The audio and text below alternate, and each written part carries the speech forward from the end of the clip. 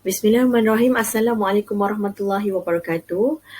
Kami pada kumpulan 4 pada hari ini akan membentangkan mengenai tajuk akad dan jenisnya dalam muamalah Islam. Baiklah, kami terdiri pada 3 pembentang. Yang pertama adalah saya sendiri iaitu Nur Atikah Hariza binti Khair Azhan. Seterusnya adalah Puteri Nur Hidayah Yusra binti Megat Azwam, dan yang terakhir sekali adalah Nur Fariza binti Ahmad Nasir. Baiklah, pada hari ini kami akan membentangkan mengenai yang pertama adalah pengenalan, kedua pula mengenai konsep dan hukum akad, yang ketiga adalah berkenaan dengan syarat dan rukun akad jual beli, seterusnya adalah berkenaan dengan jenis akad yang kami pilih dan terbahagi kepada 4, iaitu bai' as-salam, bai' istisna, jual beli murabahah dengan jual beli al-wadi'ah, dan last sekali adalah berkenaan dengan kesimpulan.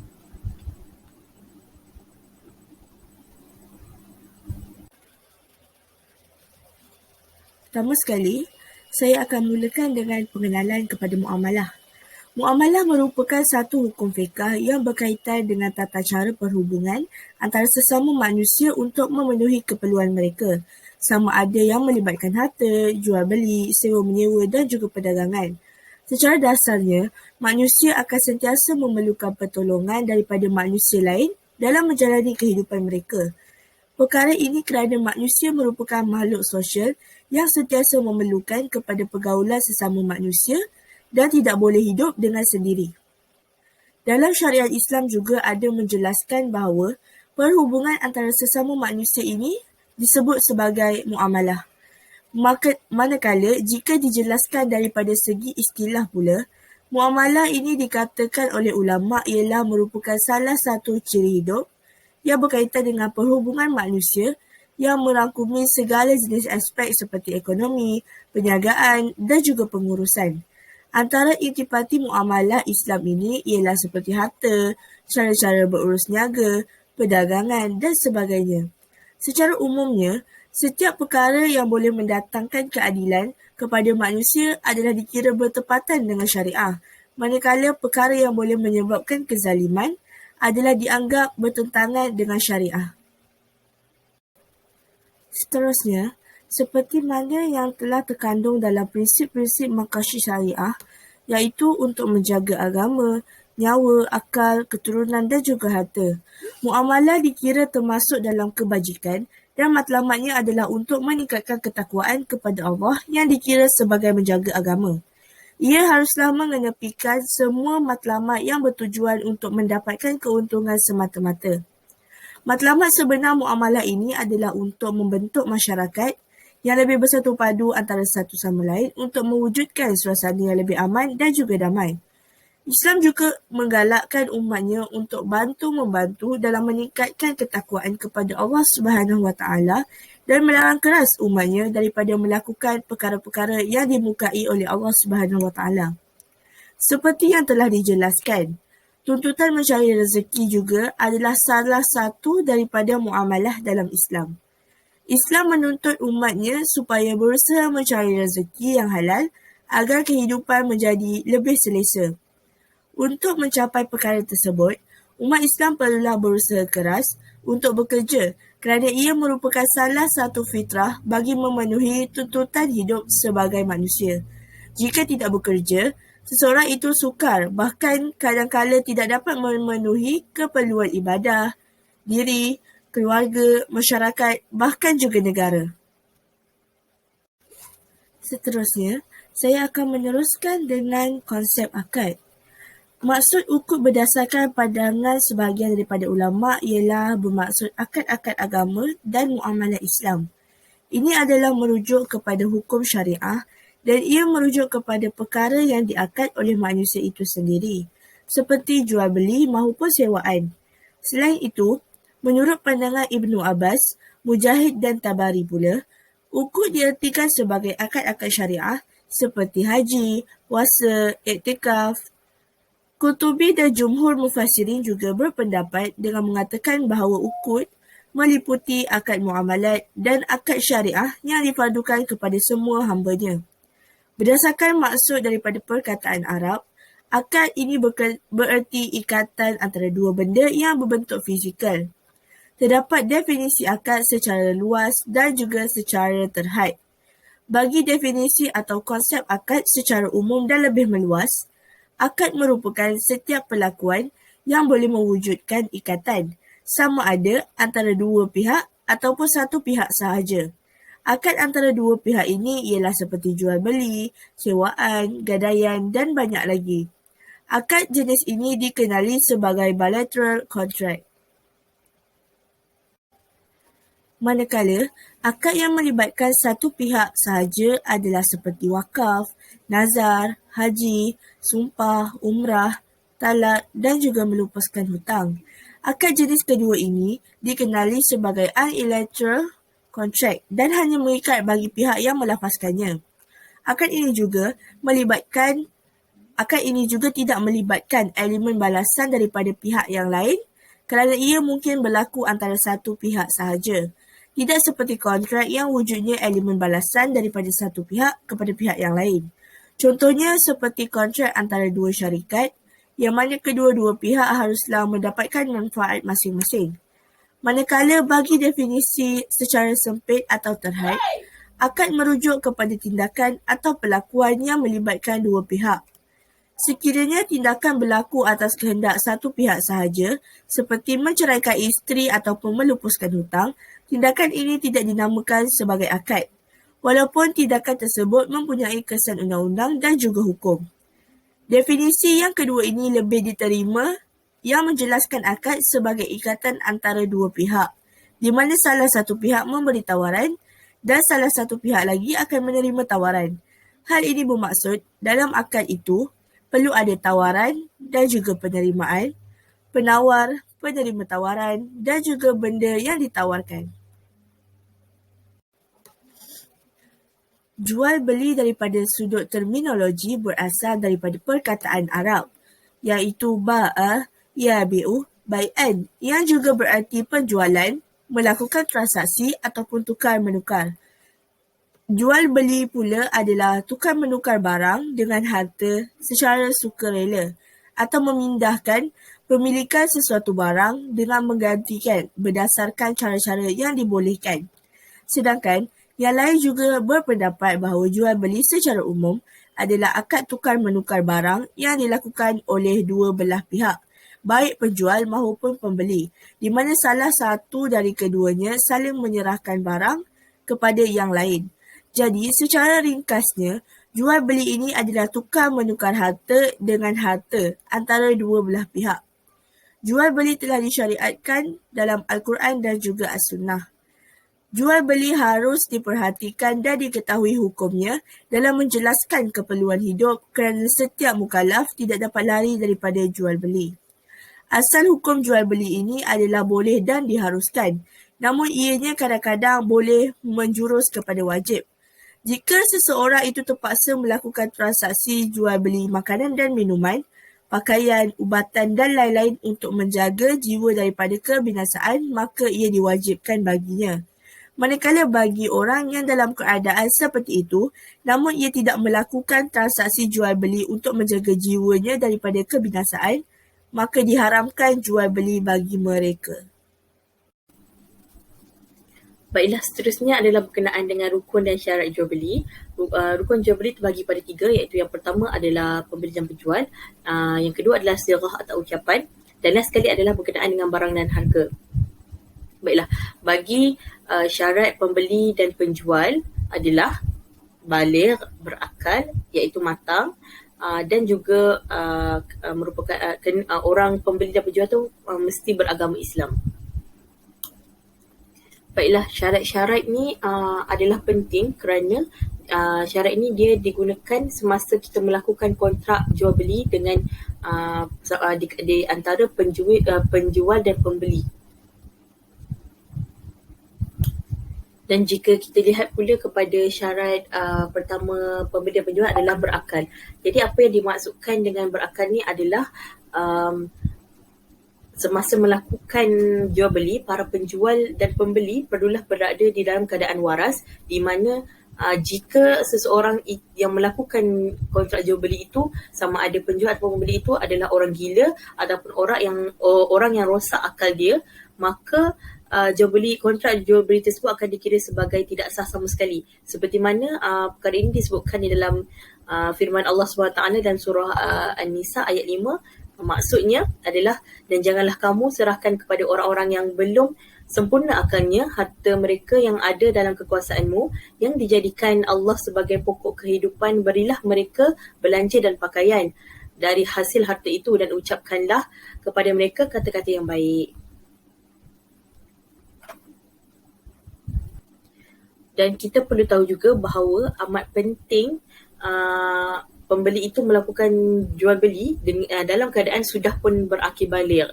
Kerana hukum jual beli bagi kanak-kanak yang belum memayyiz adalah tidak sah, dan akan tetapi jika anak tersebut sudah memayyiz, iaitu dapat membezakan antara baik dan buruk, maka mereka ini dibolehkan untuk melakukan sebarang jual beli ke atas barang-barang yang mempunyai harga yang murah. Seperti contoh dia adalah barang permainan, keropok, makanan, minuman ringan, macam-macam lagi lah. Dan jika mereka ataupun kanak-kanak ini bukan dikategorikan sebagai mumayyiz, maka mereka tidak boleh melakukan sebarang jual beli dan sebagainya. Baiklah, seterusnya rukun jual beli yang kedua adalah mengenai sirah atau ucapan. Salah satu syarat yang melibatkan sirah ataupun ucapan ini adalah yang pertama berkaitan dengan ijab dan qabulah. Ulama usul fiqh telah bersepakat bahawa unsur utama di dalam jual beli adalah dengan adanya kerelaan di antara para pembeli dan penjual. Hal ini kerana sifat kerelaan itu letaknya adalah pada hati manusia, dan harus untuk kita wujudkan kerelaan tersebut melalui kaedah ucapan ijab, iaitu daripada pihak penjual, dan ucapan qabul daripada pihak pembeli tersebut. Berbalik pada isu kerelaan pula, terdapat syarat yang mengatakan bahawa jual beli ini tidak boleh dilakukan secara paksaan atau dipaksa dan dimanipulasi sama ada di antara penjual ataupun pembeli. Maka dengan itu, sebarang jual beli tidak boleh dilakukan dalam paksaan ataupun manipulasi. Sebaliknya, ianya perlu ada kerelaan di antara ataupun keredaan di antara ucapan ijab dan qabul yang dizahirkan oleh para penjual dan pembeli tersebutlah. Justru itu terdapat juga firman Allah Subhanahu Taala yang menyatakan tentang syarat tersebut, iaitu ya ayyuhallazina amanu la ta'kulu amwalakum bainakum bil batili ila an takuna tijaratun an taradin minkum wala taqtulu anfusakum innallaha kana bikum rahima. Maksudnya kat sini, wahai orang-orang yang beriman, janganlah kamu makan, gunakan harta-harta kamu sesama kamu dengan jalan yang salah, iaitu tipu, judi dan sebagainya, kecuali dengan jalan perniagaan yang dilakukan secara suka sama suka di antara kamu, dan janganlah kamu berbunuh-bunuhan sesama sendiri. Ayat Quran ini daripada surah An-Nisa ayat 29. Walaupun begitu, ijab dan qabul ini juga boleh dilakukan dalam beberapa cara, iaitu sama ada dilakukan secara lisan ataupun tulisan, atau boleh juga dilakukan dalam bentuk perkataan maupun perbuatan, iaitu saling memberi, di mana terdapat berlakunya sebarang penyerahan barang dan juga penerimaan wang tunai. Ijab dan qabul melalui tulisan akan terjadi bila mana terdapat situasi berlakunya kontrak jual beli di antara penjual dan pembeli yang berada di dalam keadaan saling berjauhan. Maka kat sini dibolehkan menggunakan cara ijab dan qabul melalui khitbah, iaitu tulisan. Seterusnya, menggunakan cara isyarat sebagai tanda ucapan ijab dan kabul. Boleh menggunakan isyarat sebagai ucapan ijab dan kabul lah. Isyarat ini dibolehkan untuk digunakannya secara khususnya bagi orang yang tidak boleh melafazkan ijab dan kabul melalui percakapan ataupun tulisan. Maka terdapatlah kaedah isyarat bagi orang yang bisu, sama ada dengan menggunakan ucapan lidah, ataupun kaedah seperti itu boleh digunakan ke atas orang yang kurang upaya lah, seperti bisu, pekat dan sebagainya, dalam menzahirkan ucapan ijab dan kabul. Baiklah, rukun jual beli yang terakhir sekali adalah berkenaan dengan barang dan harga. Okey, apa yang diperkatakan dengan barang dan harga ni adalah barang yang diperjualbelikan haruslah memenuhi beberapa syarat yang diharuskan ke atasnya, seperti barang yang dijual beli itu adalah halal, mempunyai manfaat dia, barang itu ada ataupun tidak ada, tapi ada kat tempat dia yang lain lah dan sebagainya. Dan jadi terdapat beberapa syarat yang telah digariskan oleh ulama berpandukan nas-nas Al-Quran dan juga hadis-hadis daripada Rasulullah SAW yang bermaksud barang jualan itu sebagai al-mabi' ini perlulah wujud ketika mana berlakunya kontrak jual beli kerana kita tidak boleh menjual barang yang belum dimiliki atau tidak wujud.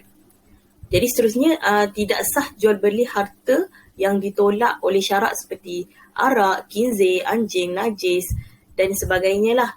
Barang jualan tersebut mestilah bersih dan tidak tergolong dalam golongan najis yang seperti yang saya sebutkan sebentar tadi, dan juga barang yang diharamkan untuk kita berjual beli seperti mana yang disebutkan dalam hadis Rasulullah SAW. Maksud dia dari Jabir bin Abdullah bahawa ia mendengar Rasulullah SAW bersabda pada tahun kemenangan Mekah, sesungguhnya Allah telah melarang mengharamkan jual beli arak, bangkai babi dan patung-patung. Lalu seseorang bertanya, bagaimana dengan lemak bangkainya? Kerana dipergunakan untuk mengecat kayu dan minyaknya untuk lampu penerangan. Kemudian Rasulullah SAW menjawab, mudah-mudahan Allah melaknat orang Yahudi kerana sesungguhnya Allah telah mengharamkan lemak bangkai pada mereka, tetapi menjadikannya menjualnya serta memakannya. Hadis riwayat Muslim. Jadi di samping itu, terdapat syarat lain bagi barang yang dijual adalah yang kebiasaannya boleh dimanfaatkan dan digunakan oleh syariat Islam. Jadi kita tidak boleh menjual binatang melata dan buas sesuka hati kecuali ianya menjadi satu kebiasaan semasa membenarkan penjualannya dan semestinya berada dan berdasarkan manfaat yang telah diiktiraf oleh syariat. Manakala jenis barang pula hendaklah yang mampu diserah atau diberikan oleh penjual kepada pembeli supaya kita dapat mengelakkan daripada berlakunya elemen pembaziran harta ataupun membuang kerana membayar tanpa mendapatkan sebarang tukaran. Terdapat banyak lagi syarat yang dikhususkan yang digunakan untuk barang perniagaan seperti barang itu perlu ataupun mesti merupakan milik si penjual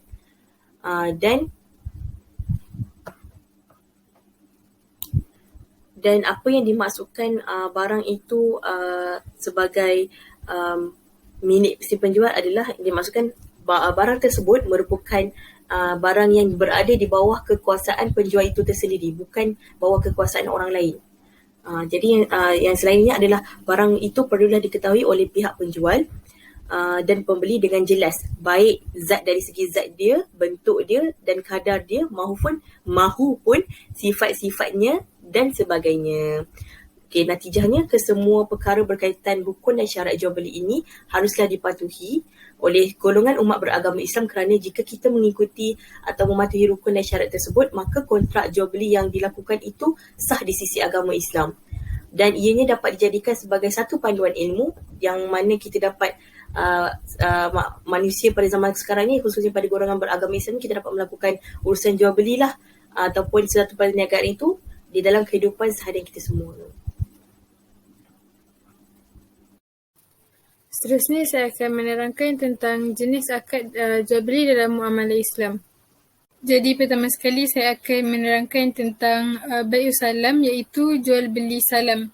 Di mana bai'us salam ni ialah jual beli sesuatu barangan di mana jual beli dibuat secara tangguh dengan bayaran harga secara tunai, seperti menjual barangan yang telah disifatkan butiran bentuk, spesifikasi, kualiti dan kuantiti secara terperinci dengan bayaran harganya dibuat secara tunai, manakala penyerahan barang ditangguhkan pada satu masa yang ditetapkan.